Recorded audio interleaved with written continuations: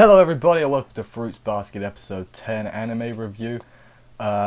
Next week we'll be back to our regularly scheduled Friday programming because the US, American, French, it's French I think, French Open, tennis, is it tennis? That's finished, so I guess we're back to Friday, which is good because I prefer doing it on Fridays as opposed to Saturdays.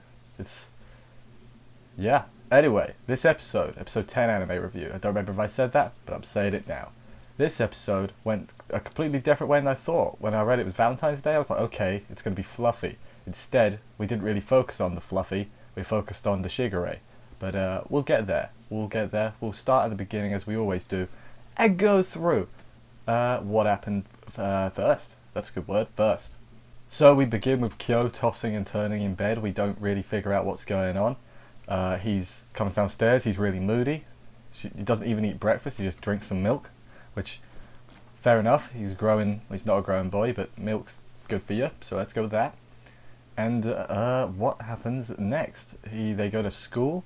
Yuki has a load of Valentine's cards, but there's only one in his thing, because basically how it worked, how Toru's friend explained it, they put one letter in, and then the next person would take that letter out and throw it away. So the bin is full of them, and there's only one in the thing, which is...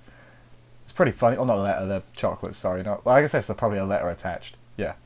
But then on their way to class, they run into Kyo, and he goes for a punch, but he doesn't actually punch him. And he's just essentially still moody. That's what we got to know about Kyo. He's in a mood today, and I don't think anyone knows why. Even he doesn't know why, it seems. In class now, we have Yuki's terrifying fan club. They're pretty scary. Or they're just like Yuki-kun, they're very scary. Kyo also gets some chocolates though, but that prompts him to realise, hey, is today Valentine's Day? And it's not, tomorrow's Valentine's Day, but they're not at school tomorrow. Which, just a little thing like that I actually kind of like.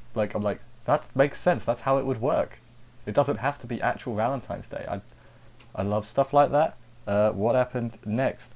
He realises it's Valentine's Day, and he realises he has to escape, and he tries to escape from the class. Teacher clotheslines him. She doesn't actually, I think she just grabs him. But he doesn't get away is the trick of it. So he's like, I have to escape. I'm in danger here, and I'm like, at this part I was like, okay, I know why he's in danger. I can feel why he's in danger. And I was right. So yeah, they start making their way home, and who's out there? It's Kagura, remember her? And she chases Kyo down, and it's Yuki's like, so that's what was bothering him, even though it seemed like he just had a sixth sense because he didn't realize it was Valentine's Day.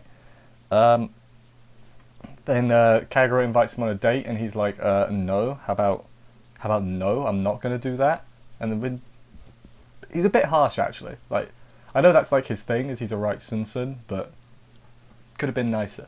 But then she's like, we'll invite Toru and Yuki along as well, and it'll be a double date. And I thought there was going to be a whole thing of misunderstandings, but no, Toru was just like, oh wow, I've never been on a date before, that would be fun. And I'm like, okay, well they can't say no now. She's a treasure, look at her.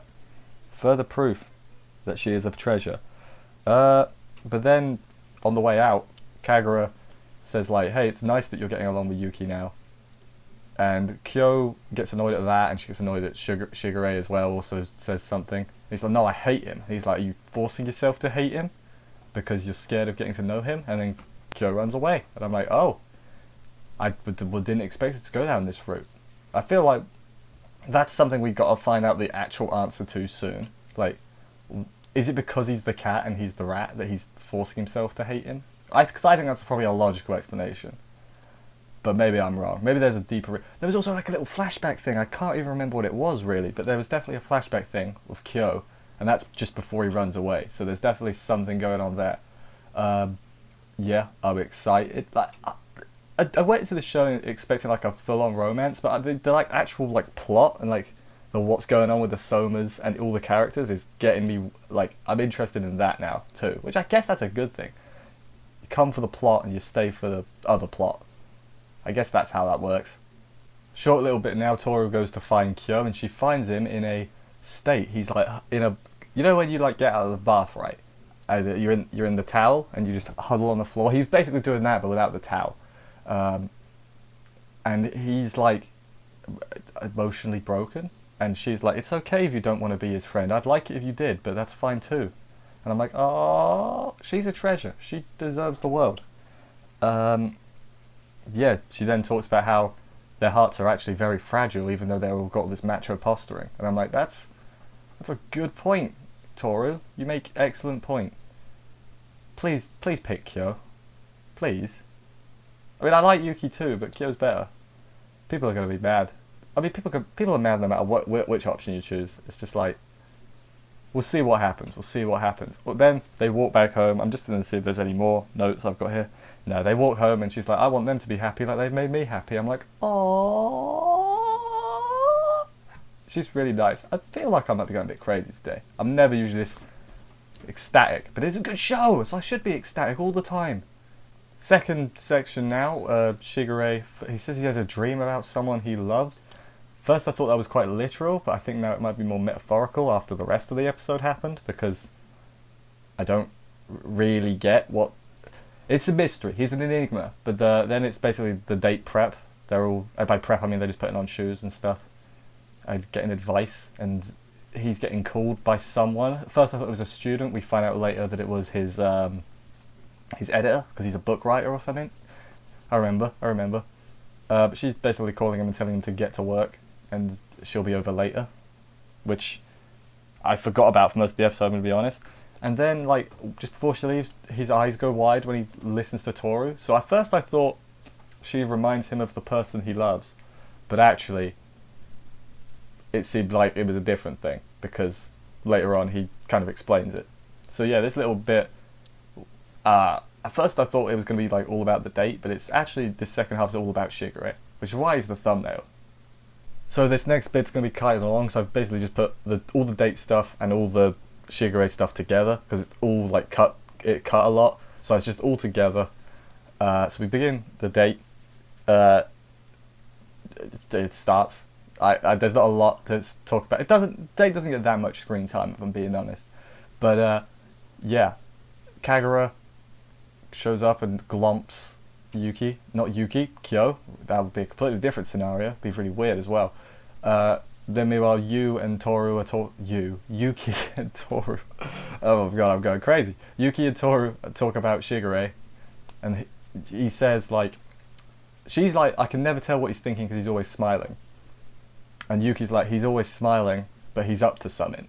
And he is up to something, we find out like later on. Well, let's just read it, because there's a lot. Shigure goes to Hattori to deliver the chocolates that Toru made him. That's another thing, she's giving everyone chocolates because she's a treasure. Gives Hattori the chocolates, and I have to check my notes for this because like I said, it's a lot.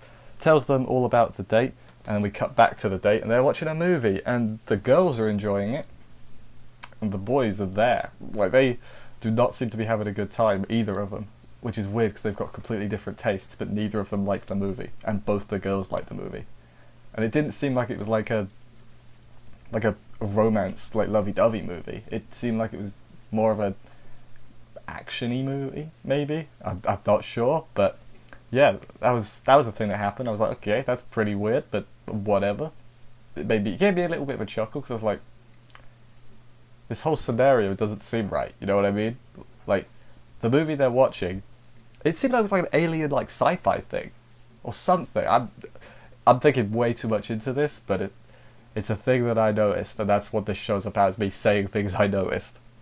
What happened next? We go back to Hattori and Shigure. Hattori says, I'm reading my notes because I'm gonna forget this. Hattori says that he knows that both Shigure and Akito are planning to use Toru for something. And Shigure doesn't deny it. He's like, yeah, that's it. But he's like, when she looks at me with her innocent eyes, I do feel bad sometimes. He's like, I feel like the dirtiest of all or something. And I'm like, oh, Shigure, I can't handle any more feels. I feel like it's coming. I feel like maybe the first season finale, the first half, because we know it's gonna be longer. What else happened? Hattori, oh, that's right. On the way, Hattori's like, you're gonna get punched. Either Toru, Kyo, or Yuki. One of them is gonna punch you. My money's on Yuki.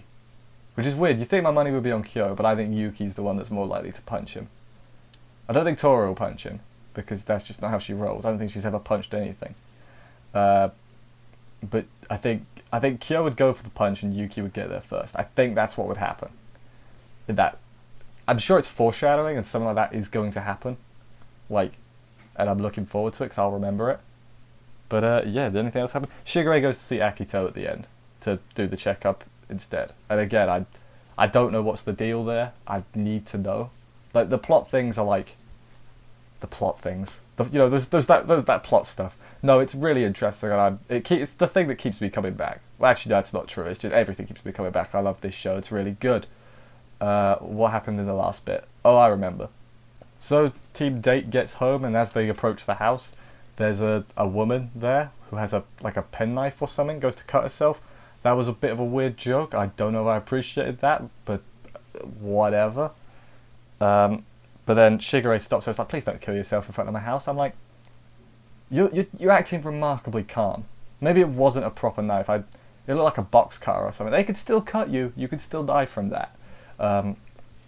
Then find out who she is. She's the editor. She's the one that was calling him, who calls him sensei, as I said earlier. I don't know why she calls him sensei if she's the editor, but fine.